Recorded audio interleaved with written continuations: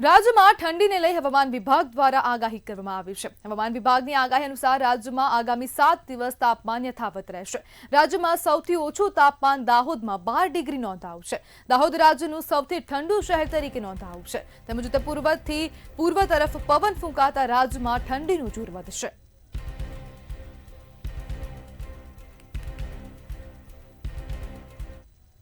आने वाले 7 दिनों के लिए पूरे गुजरात स्टेट के सारे डिस्ट्रिक्ट कवर हैं, जिसमें ड्राई वेदर प्रिवेल करेगा। और मिनिमम टेम्परेचर की बात करेंगे तो आने वाले 7 दिनों में मिनिमम टेम्परेचर में ज़्यादा सिग्निफिकेंट चेंज नहीं देखने को मिलेगा, मतलब minimum temperature no large change में रहेगा। और ओवरऑल गुजरात स्टेट की बात करेंगे, जहाँ पर सबसे कम मिनिमम टेम्परेचर रिकॉर्ड हुआ है वो है दाहोद 12 डिग्री सेल्सियस। और विंड की बात करेंगे तो गुजरात स्टेट में लैंड रीजन पे जो विंड की डायरेक्शन होगी वो north easterly to easterly wind prevail करेगी। ભાવનગરના પ્રભુદાસ તળાવ વિસ્તારમાં યુવતીની હત્યાની ઘટના સામે આવી છે। યુવતીના લગ્નના દિવસે જ તેના ભાવિ પતિ સાજન દ્વારા છરીના ઘા ઝીકીને હત્યા કરવામાં આવી છે। ત્યારે સમગ્ર મામલે પોલીસે ઘટના સ્થળ પર પહોંચી વધુ તપાસ હાથ ધરી છે। પોલીસ તપાસમાં જાણવા મળ્યું કે પાનેતર અને પૈસા મામલે બોલાચાલી બાદ યુવકે યુવતીની હત્યા કરી છે। તેમજ યુવકે ગત રાત્રે પાડોશી સાથે કોઈ કારણોસર મારામારી કરી હતી। આજે વહેલી સવારે आज साजन बारैया जे छे वहेली सवारे आ सोनीबेन ना घरे आवे छे अने तेनी वच्चे पानेतर अने पैसा बाबते बोलचाली थाय छे अने आ झगड़ो खूब ज मोटो थई जता आ साजन बारैयाए लोखंडनो पाइप आ सोनीबेन ने माथाना भागे तथा शरीरे गंभीर ईजाओ पहोंचाई, जेनाथी आ सोनीबेन राठौरનું ત્યાં મૃત્યુ થઈ ગયેલું છે। જેના હિસાબે આપણે ફરિયાદ લેવાની હાલમાં કામગીરી ચાલુ છે। અને શું હોય તો પછી સાંજે ખબર પડી કે ત્યાં કાંઈને પીઠીનો પ્રસંગ હતો। બોલાચાલીમાં તો કાંઈ કશું કાંઈ હોય જ નહીં, કેમ કે અમારે શું છે ધંધાથી વ્યક્તિ, અમારા મોટા ભાઈ અમારે છે ને શું છે નાસ્તાની એની લારી છે, તો એને તે બહાર લારીએથી બોલાવવામાં આવ્યા કે આવી રીતે ઘરે થયું છે ને હું તો હજી ઘરેથી હજી નીકળ્યો જ તો ને બહારથી, અને પાછો ઘરેથી ફોન આવ્યો કે આવી રીતે થાય છે, તો પછી પાછું ઘરમાં ન થવાનું થઈ ગયું ઘડીક વારની અંદર। મારા જેટનો છોકરો ખાલી ના ગાડી લઈને નીકળે ને તા એ શું હશે કોને ખબર, એ પીધેલો હતો તેને વાર પકડીને સીધો મારવા જ માંડ્યો। હવે અમે બચાવવા ગયા, બચાવીને આવીને તે પાછું એને તાન ચડ્યું કે પાછો મારવા આવ્યો, કે હવે હું એને ન ઓલું કરું, તો પાછો એ આવ્યો અને એને લઈને વી જ ગયો, મારી નાખવાની એવી ધમકી દીધી ને તેને ઘરમાં લઈને પૂરીને એને માર્યો। કેટલા જણા હતા તો ઘણા બધા, પણ એમાં એને અમે ઓળખતા નથી કોઈને। ચૂંટણી પંચ દ્વારા હાલ રાજ્યમાં એસઆઈઆરની કામગીરી કરવામાં આવી રહી છે। હાલમાં બીએલઓ દ્વારા ઘરે ઘરે એન્યુમરેશન ફોર્મનું વિતરણ કરવામાં આવ્યું, છતાં લોકોમાં અસમંજસતા યથાવત છે। ફોર્મ કેવી રીતે ભરવું, કયા દસ્તાવેજો જોડવાના અને સ્થળાંતરણ કરેલ લોકોએ ફોર્મ ક્યાંથી મેળવવું જેવા પ્રશ્નોથી નાગરિકોમાં મૂંઝવણ જોવા મળે છે। બીએલઓ દ્વારા સમજાવટ આપવામાં આવી હોવા છતાં ઘણા લોકો પ્રક્રિયા સ્પષ્ટ રીતે સમજી નથી શકતા। પરિણામે બીએલઓ સાથે સામાજિક કાર્યકર્તાઓ પણ જનજાગૃતિ અને માર્ગદર્શન માટે મેદાને જોડાયા છે।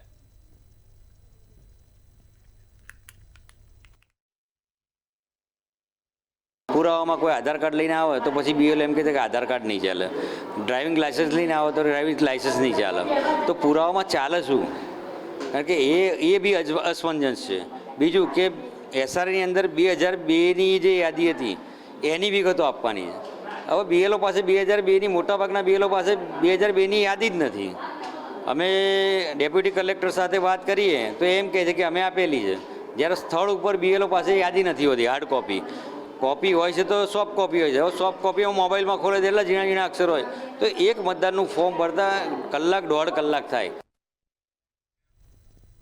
રાજ્યભરમાં એસઆઈઆર માટે શિક્ષકોને કામગીરી સોંપવામાં આવી છે। આ કામગીરીમાં મહિલા બીએલઓના નંબર ફોર્મ પર હોવાથી લોકો ફોન કરીને પરેશાન કરતા હોવાની ફરિયાદો ઉઠી છે, જેને લઈ અમદાવાદ કલેક્ટર કચેરી ખાતે રાજ્ય શૈક્ષણિક સંઘ દ્વારા વિરોધ કરવામાં આવ્યો હતો। ત્યારે આ કામગીરી ઝડપી કરવા અન્ય વિભાગના લોકોને જોડવામાં આવે તેવી શિક્ષકો દ્વારા માંગ કરવામાં આવી છે।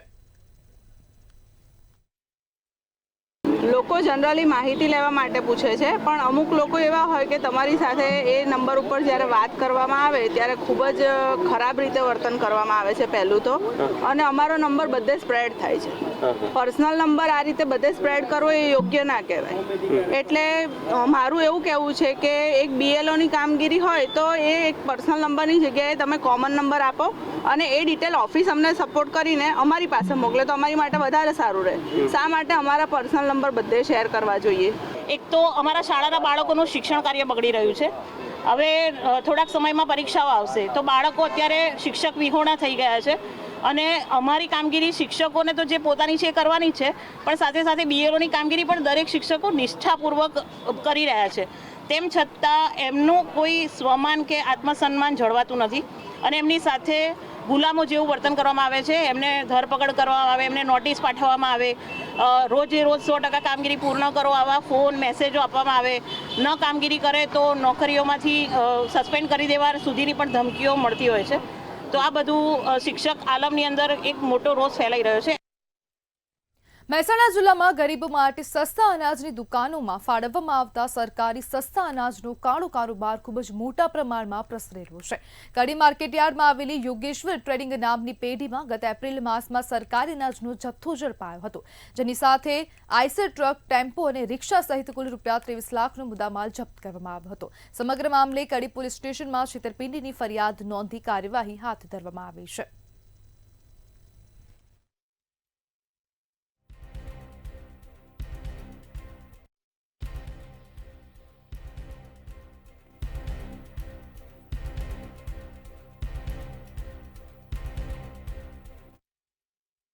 કડી APMC ખાતે યોગેશ્વર ટ્રેડિંગ નામની પેઢી આવેલી છે.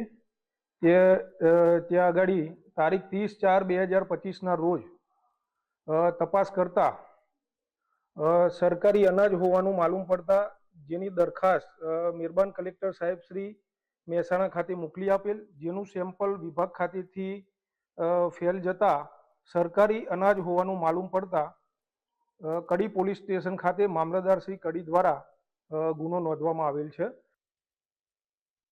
ગાંધીનગરના રાયપુરમાં બાળકીની હત્યા મામલે ખુલાસો થયો છે. અગાઉ થયેલા ઝઘડામાં પાડોશીએ બાળકીની હત્યા કર્યાનું ખુલ્યું છે. ત્યારે આ મામલે પોલીસે આરોપી પાડોશી અનિલ દેવીપૂજકની ધરપકડ કરી છે. આરોપી અગાઉના ઝઘડાની દાજ રાખી બાળકીનું અપહરણ કરી ફાંસો આપી હત્યા કરી હતી. આરોપીએ હત્યા બાદ મૃતદેહને કોથળામાં ભરી કોઈને શંકા ન જાય તે માટે અન્યના ઘરે મૂકી આવ્યો હતો.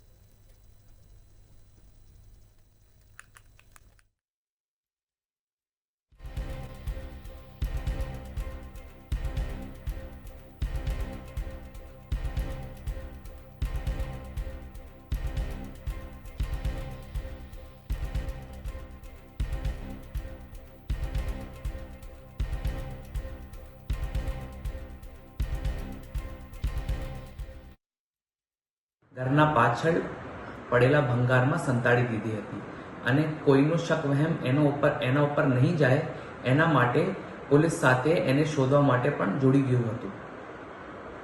આગલા દિવસે આરોપીને ભય લાગ્યું કે જો કોથળીમાંથી સ્મેલ આવશે તો એને ઉપર શક વહેમ આવશે, તો રાત્રિનો સારો સમય જોઈને આરોપી પોતાના ઘરના પાછળ પડેલા આ કોથળીને લઈને પોતાના પડોશીના ઘરના પાછળ મૂકી દીધું હતું.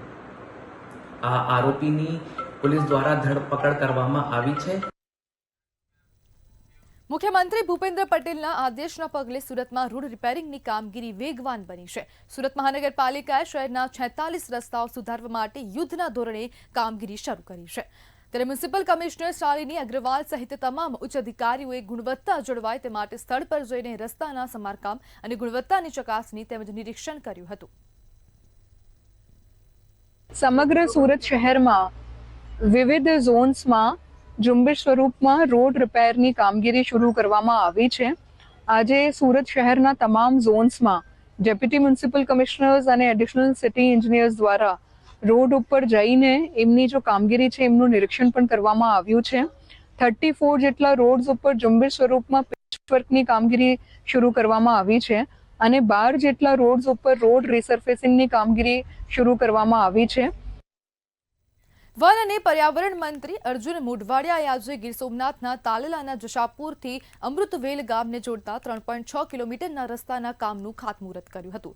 ગામ લોકોને સંબોધિત કરતા મંત્રીએ જણાવ્યું હતું કે સંપોષિત અને સર્વસમાવેશક વિકાસ એ રાજ્ય સરકારની કટિબદ્ધતા છે, જેના ભાગરૂપે જંગલમાં છેવાડે આવેલા નાના ગામ સુધી પણ રોડ રસ્તાની સગવડો ઊભી કરાઈ રહી છે.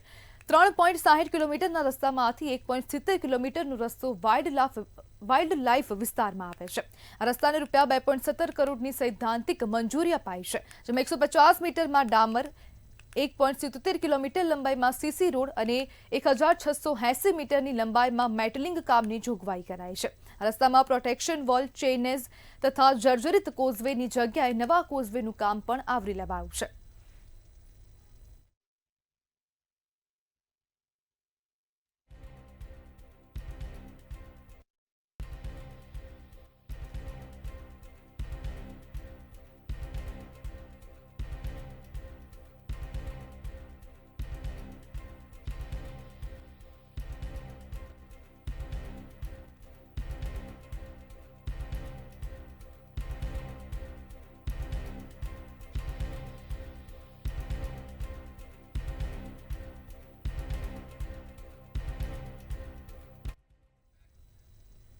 અમદાવાદની 7th સ્કૂલને મ્યુનિસિપલ કોર્પોરેશનના એસ્ટેટ વિભાગ દ્વારા શો કોઝ નોટિસ પાઠવી છે. ટીપી કમિટીના નિર્ણય અનુસાર સ્કૂલ દ્વારા પ્લોટ માટે લાયક પરવાનગી ન લેવી, ગેરકાયદેસર બાંધકામ કરવું અને પ્લોટનો હેતુ બદલવો સમસ્યા ઊભી કરી છે. નોટિસમાં સ્કૂલને 21 નવેમ્બરના રોજ સ્પષ્ટ જવાબ આપવા માટે સૂચના આપવામાં આવી છે. જો સ્કૂલ દ્વારા જવાબ ન આપવામાં આવે તો કોર્પોરેશન પ્લોટની ફાળવણી અને ભાડાપટ્ટાના કરારને રદ કરવાનો અધિકાર રાખે છે. ભૂતકાળમાં પણ 7th સ્કૂલને લગતા વિવાદો અને ફરિયાદો સામે આવી ચૂક્યા છે.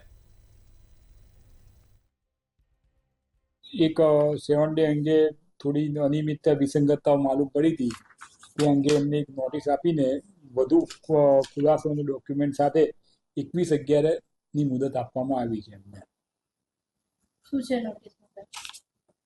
નોટિસમાં જે વિસંગતતાઓ ખુલાસો પૂછેલો છે, પોઈન્ટ વાઇઝ ખુલાસા પૂછેલા છે એમને કે ભાઈ આટલી સ્પષ્ટતાઓ કરવા માટેની વિગતો માંગેલી છે.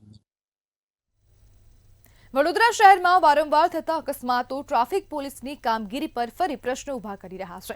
લોકોની ફરિયાદ છે કે સ્પીડ ગન, ઓવર સ્પીડિંગ અને ડ્રિંક એન્ડ ડ્રાઈવ જેવી ગંભીર બાબતો પર રૂટીન ચેકિંગ થતું નથી. મોટા દુર્ઘટનાઓ પછી જ તંત્ર સતર્ક થાય છે. ટ્રાફિક પોલીસ જાગૃતિ કાર્યક્રમો યોજે છે, પણ તેનું અસરકારકતામાં મક્કમ પરિણામ જોવા મળતું નથી. સાથે જ રાજકીય દબાણને કારણે નિયમોમાં છૂટછાટની પણ માંગ જોવા મળે છે. પોલીસ કમિશનરે કહ્યું કે નિયમો અમલમાં છે અને પ્રજાની સહયોગી હોવાને કારણે પાલન સુદ્રઢ બન્યું છે, પરંતુ રોજિંદા કડક પગલાઓ જરૂરી છે.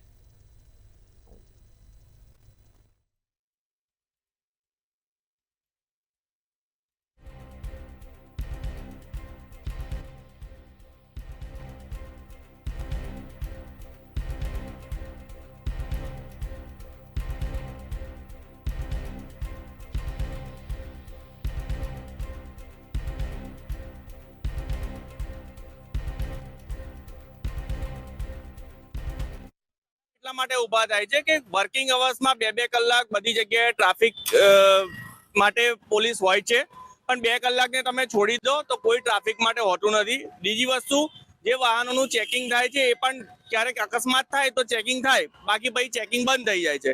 અહીંયા જે સ્પીડ ગન મૂકેલી છે એ સ્પીડ ગનમાં જ્યારે કરવાનું હોય ત્યારે સ્પીડ ગન ગવર્મેન્ટ મૂકે છે, બાકી સ્પીડ ગન અહીંયાથી હટાવી દે છે. તો જ્યારે અકસ્માત થશે તો એનું જવાબદાર કોણ? અમે ખરેખર ગુજરાત સરકાર અને આપણા કમિશનર સાહેબને એક અનુરોધ કરું છું, તમે ખરેખર ટ્રાફિકના કાયદા બહુ કડક બનાવ્યા છે, એનું કાયદાનું ચુસ્તપણે પાલન થતું નથી. તમે જ્યારે શહેરમાં કોઈ દુર્ઘટના ઘટે પછી એનું પાલન કરો છો. મારું તમને કેવું છે, જે કાયદા બનાવે છે એને શરૂઆતમાં બી પાલન કરો. આજે સપોઝ આજે ઘણા લોકો ઓવર સ્પીડમાં જઈ રહ્યા છે, તમે એનું સઘન રાત્રે ચેકિંગ કરો છો. મારો એક પ્રશ્ન, દિવસ કેમ નથી કરતા? એક પ્રશ્ન છે. તમે ઘણા સાધનો લાયા છે, અમે જોયા સ્પીડ ગન તમે લાયા છે, પણ એનો ઉપયોગ અમુક ટાઈમે જ જોવા મળે છે. તો આ સાધનોનું તમે શું કરશો? સમગ્ર શહેરમાં મોબિલિટી બની રહે અને સાથે સાથે દરેક નાગરિકનું સુરક્ષા પણ બની રહે તે દિશામાં પ્રયત્ન કરતી હોય છે. આના ભાગરૂપે આપણે પાસે જે 450 જેટલા ટ્રાફિકના અધિકારી અને કર્મચારીઓ અને 700 જેટલા ટ્રાફિક બ્રિગેડના માનવ વેતકો 24/7 આના એફર્ટના ભાગરૂપે સ્થાનિક પોલીસના પણ સાથે સંકલન કરીને કામ કરતા હોય છે. પરંતુ શહેરમાં કેટલાક પ્રકારના ટ્રાફિક સમસ્યાઓ હોય છે. મલ્ટી એજન્સીના લગત મુદ્દાઓ પણ હોય છે, કેમ કે રોડ એન્જિનિયરિંગ, આમાં NHAI, VMC, PAWD, RMB આ બધા એજન્સીઓ સંકળાયેલા છે. એ જ રીતે એન્ફોર્સમેન્ટના કામગીરીમાં પણ પોલીસ અને RTO આના સાથે જોડાયેલા છે. વડોદરામાં પ્રજા દ્વારા ટ્રાફિક સિસ્ટમ પર સવાલો ઊભા કર્યા છે. વડોદરામાં પ્રજા દ્વારા ટ્રાફિક સિસ્ટમ પર સવાલો ઊભા કર્યા છે. વડોદરા શહેરમાં અક્ષર થતા અકસ્માત વચ્ચે ટ્રાફિક પોલીસની કામગીરી ચર્ચાનું કેન્દ્ર બની છે. અગાઉ સ્પીડ ગન વાહન ચાલકોની સ્પીડ ચેક થતી હતી, પરંતુ હાલ આવી કામગીરી માત્ર જરૂર પડતી હોય ત્યારે જ કરવામાં આવે છે. મોટી દુર્ઘટના સર્જાયા બાદ તંત્ર સતર્ક બને છે.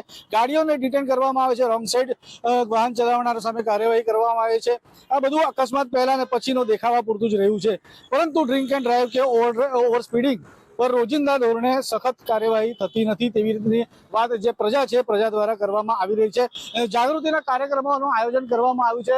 ટ્રાફિક અવેરનેસ પ્રોગ્રામ કરવામાં આવે છે, પણ તે ચોક્કસથી તેના એ કાર્યક્રમો થી પ્રજાને કેટલું અસર થાય છે, કેટલી પ્રજા સુધરે છે, તેનો કોઈ પણ સ્પષ્ટ આંકડો નથી. પણ વાત કરીએ તો સવાલ એ પણ થાય છે કે ટ્રાફિકના કડક નિયમોનો અમલ મૂકવાની જવાબદારી તંત્ર અને ચૂંટાયેલા પ્રતિનિધિઓની પણ છે. પણ ઘણી વખત રાજકારણીઓ પ્રજાને પ્રસન્ન કરવા નિયમોમાં છૂટછાટ કરતા હોય છે. જો ટ્રાફિક ડિસિપ્લિન પર સખત પગલાં લેવામાં આવે તો અકસ્માતમાં ચોક્કસ ઘટાડો જોવા મળી શકે છે. વડોદરા શહેર પોલીસ કમિશનરે પણ જણાવ્યું છે કે તેમના દ્વારા તમામ પ્રકારની કાર્યવાહી કરવા માટે તે કટિબદ્ધ છે. તમામ પ્રકારના પ્રજાના સુખાકારી માટે તે કામ કરવા તત્પર છે. પણ પ્રજાને પણ ટ્રાફિક નિયમોનું પાલન કરવું તે પણ ખૂબ જ અગત્યનું છે. કેમેરામેન કેતન શિંદે સાથે સત્યમ નેવાસકર, મંતવ્ય ન્યૂઝ, વડોદરા. ટ્રાફિક સિસ્ટમ પર રાજકોટના ધોરાજીમાં પીવાના પાણીની પાઇપલાઇનમાં ભૂગર્ભ ગટરનું પાણી ભળી જતા રોગચાળો વકરી રહ્યો છે. શહેરના પાંચપીરવાડી વિસ્તારમાં ઝાડા ઉલટીના કેસમાં વધારો થયો છે. ત્યારે ધોરાજી સિવિલ હોસ્પિટલમાં ઝાડા ઉલટીના કુલ 30 કેસ નોંધાયા છે. તેમજ આરોગ્ય વિભાગ દ્વારા પીવાના પાણીના સેમ્પલ લઈ લેબમાં તપાસ અર્થે મોકલવામાં આવ્યા છે. એના પાણીના કારણે બધાને કોલેરા થઈ ગયા છે, ઝાડા ઉલટીના થઈ ગયા છે, કોલેરા. તો આજે અમે સરકારી દવાખાનામાં હોસ્પિટલમાં બધા દાખલ થઈ ગયેલા છે. છેલ્લા 3-4 દિવસથી આ દૂષિત પાણી આવ્યું છે. અહીંયાથી 40 થી 50 જણા અહીંયા બીમાર પડ્યા છે અને હોસ્પિટલમાં દાખલ છે. રોગચાળો ફેલાઈ ગયો છે. ઝાડા ઉલટીના કેસ કેટલા હાઈવે જ રાખે છે. હજી સુધી કઈ નિરાકરણ થયું નથી. તો એ માટે અમને તાત્કાલિક સારવાર આપો. અહીંયા વાડી વિસ્તારમાં મોકલો, સારા સાહેબોને, ડોક્ટરોને, અને સારી સારવાર આપો. બચાવે અત્યારે એમાં આવી ગયા છે. મેં છેલ્લા 10 દિવસથી અહીંયા સૌ કે કાયમી 2, 4, 8, 10 એને આવે છે પેશન્ટ. ભોગળ ગટરના કારણે ભોગળ ગટરના કારણે મીઠા પાણીની અંદરમાં બધું પાણી ભેળસેળ થાય છે. આ ઝાડા ઉલટી ની બધી છે બધું. ત્યાં અત્યારે જે અમારા કાર્યકર્તા છે વોર્ડ નંબર 2 ને 3 ના સુધરાઈ સભ્ય, તો કોઈ અત્યારે આવતું નથી. જ્યાં ત્યાં કચરો પડ્યો હોય છે. પાણી અત્યારે પેલું જ પાણી આવે છે ને, તો ગટરનું જ પેલું પાણી આવે છે. ધોરાજીના પાંચપીરની વાડી વિસ્તારમાં ઝાડા ઉલટીના તારીખ 12 ના રોજ આમાં ટોટલ કુલ 30 દર્દી આવેલા, જેમાંથી 15 પ્રાઇવેટમાં હતા અને 15 જેટલા દર્દી અમારી હોસ્પિટલમાં આવેલા. અમારી હોસ્પિટલ ખાતે તારીખ 12 ના રોજ 4 પેશન્ટના અમે sampling PDU medical college Rajkot ખાતે મોકલેલા. 4 માંથી 2 દર્દીના સેમ્પલ વિબ્રિયો કોડેરે પોઝિટિવ આવેલ છે. ત્યારબાદ ગઈકાલે પણ 12 દર્દીના અમે સેમ્પલ મોકલે, રિપોર્ટ હજુ પેન્ડિંગમાં છે. અમારી હોસ્પિટલ ખાતે બાળરોગ નિષ્ણાત, ફિઝિશિયન વર્ગ ઉપલબ્ધ છે. સમાચારમાં આગળ વાત કરીએ તો બનાસકાંઠા ખાતેથી આ સમાચાર સામે આવી રહ્યા છે. વસંત ઇન્ડસ્ટ્રીમાં યુવકનું મોત થયું છે. તો સમાચાર સામે આવી રહ્યા છે બનાસકાંઠા ખાતેથી વસંત ફેબ્રિકેટ્સ ઇન્ડસ્ટ્રીમાં યુવકનું મોત થયું છે. વડગામના ચાપી ખાતે આવેલી વસંત ફેબ્રિકેશન આજે ઇન્ડસ્ટ્રી છે, તેમાં યુવકનું મોત થયું. ટેસ્ટિંગ એરિયામાં કામ કરતા યુવક સાથે ઘટના બની છે. હવાના પ્રેશરને કારણે ટેન્કરનું ઢાંકણું ઉડી ગયું હતું. ટેન્કરનું ઢાંકણ પ્રેશરથી ઉછળી ફંગોળાઈ જતા યુવકનું મોત થયું છે. તો બનાસકાંઠા ખાતેથી આ સમાચાર સામે આવી રહ્યા છે, જેમાં વસંત ફેબ્રિકેટ્સ ઇન્ડસ્ટ્રીમાં આ ઘટના બની છે. સમગ્ર ઘટનાના CCTV ફૂટેજ સામે આવ્યા છે, જેમાં યુવક ઢાંકણા સાથે ફંગોળાઈ જતા તેનું મોત થયું છે.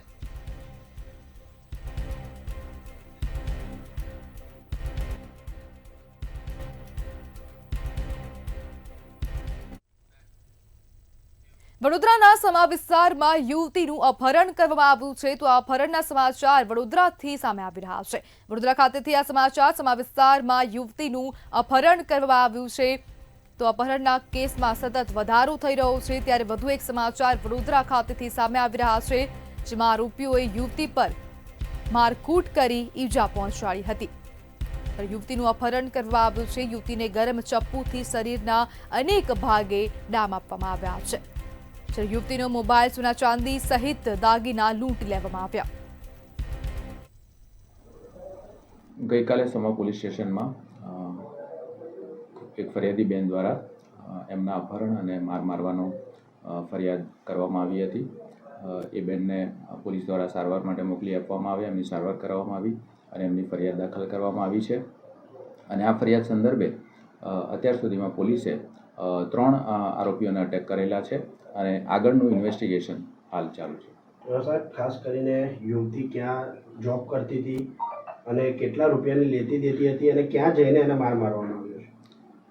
ફરિયાદ કરનાર બેન જે છે એ વેલનેસ સ્પા નામના કેન્દ્રમાં કામ કરતા હતા અને તેમને અહીંયાથી વાહનમાં લઈ જઈને જુદા જુદા વિસ્તારમાં અને તાંદલજા વિસ્તારમાં લઈ જવામાં આવ્યા હતા અને મહેસાણાના કડીમાં કરોડો રૂપિયાનો દારૂ ઝડપાયો છે તો દારૂ ઝડપી પાડવામાં આવ્યો છે તો સમાચાર મહેસાણાના કડી ખાતેથી સામે આવી રહ્યા છે। કરોડો રૂપિયાનો દારૂ ઝડપી પાડવામાં આવ્યો તો મહત્વપૂર્ણ કામગીરી કરવામાં આવી છે। કડી નજીક SMCનો આ સફળ દરોડો જેમાં મોટી માત્રામાં દારૂને ઝડપી પાડવામાં આવ્યો છે।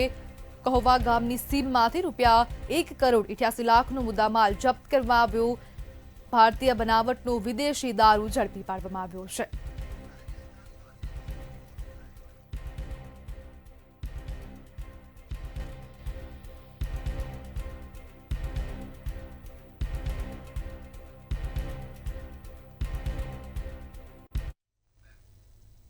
સમાચારમાં આગળ વાત કરીએ તો રાજસ્થાન ખાતેથી આ સમાચાર સામે આવી રહ્યા છે। એનસીબીની મોટી કાર્યવાહી કરવામાં આવી છે તો રાજસ્થાનથી આ સમાચાર રાજસ્થાનમાં એનસીબી દ્વારા મોટી કાર્યવાહી કરવામાં આવી છે જેમાં સેંકડો કેજી રસાયણનો જથ્થો જપ્ત કરવામાં આવ્યો છે તો એનસીબી દ્વારા મહત્વપૂર્ણ કામગીરી કરવામાં આવી। 100 કિલો એમડી બનાવી શકાય એટલો જથ્થો હોવાનું અનુમાન લગાવવામાં આવી રહ્યું છે।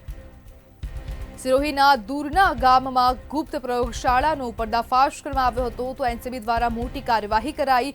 માસ્ટરમાઇન્ડ સહિત અન્ય 4 લોકોની ધરપકડ કરવામાં આવી છે તો રાજસ્થાનથી આ મહત્વપૂર્ણ સમાચાર સામે આવી રહ્યા છે।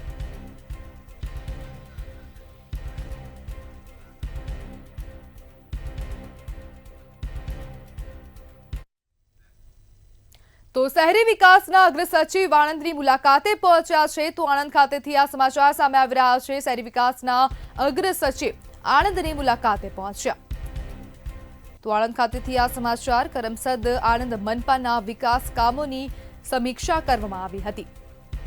સમીક્ષા બેઠક સર્કિટ હાઉસ આણંદ ખાતે યોજાઈ હતી।